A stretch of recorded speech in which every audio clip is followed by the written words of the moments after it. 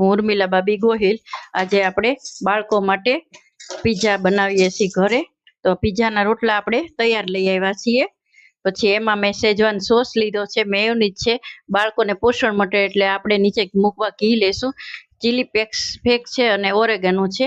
આમાં કોબી લીધી, ગાજર, ડુંગળી, કેપ્સિકમ લીધા છે અને આપણે થોડું ચીઝ લીધું છે। હવે તમારા બાળકોને જે શાકભાજી ભાવતા હોય તો આમાં તમે વટાણા અથવા તો ગાજર પણ એડ કરી શકશો। હવે આપણે એને બનાવવાનું ચાલુ કરીએ। આમાં આપણે શેજવાન સોસની 1 ચમચી લઈ અને આપણે આખા રોટલા ઉપર પહેલા લગાવી દઈશું। હવે પહેલા આપણે રોટલાને થોડું ઘી મૂકી, તૈયાર જ રોટલો લાવ્યા હતા, 1 ચમચી ઘી મૂકી અને રોસ્ટ થોડો કરી લીધો। હવે એની માથે આપણે શેજવાન સોસ મેં લગાવી દીધો। હવે એના માથે હું થોડું શાકભાજી મૂકું છું। પહેલા કોબીના આપણે આવા કટિંગ કરી લીધા છે એ મૂકું છું, થોડું કેપ્સિકમ મૂકશું અને થોડાક ટમેટા મૂકી દીધા છે। હવે આપણે એમાં મેયોનીઝ નાખશું,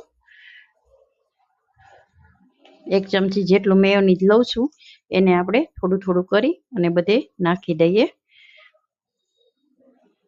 તમારા બાળકોને વધારે ભાવતું હોય તો તમે વધારે પણ નાખી શકશો।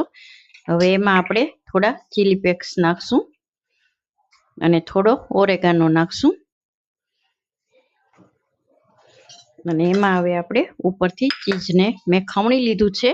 તમારે થોડુંક લાંબુ રાખવું હોય તો તમે લાંબુ પણ રાખી શકો છો। હવે આપણે એને ચીઝને નાખી અને હવે એને આપણે તવીમાં મેં ગરમ કરવા મૂકી દીધી હતી। એમાં હવે નીચે હું ઘી મૂકું છું, બાળકોને પોષણ મળી રહે એટલે તેલની જગ્યાએ આપણે ઘી રાખીએ છીએ તો બાળકોને પોષણ મળી રહે।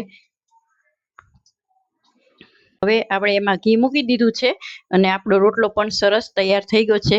તો એને હવે ધીમા હાથે આપણે એને મૂકવાનો અંદર અને ગેસ આપણે હાવ ધીમો જ રાખવાનો છે અને 5 મિનિટ જેવું ધીમા તાપે ચડવા દઈએ અને પછી તમને બતાવું।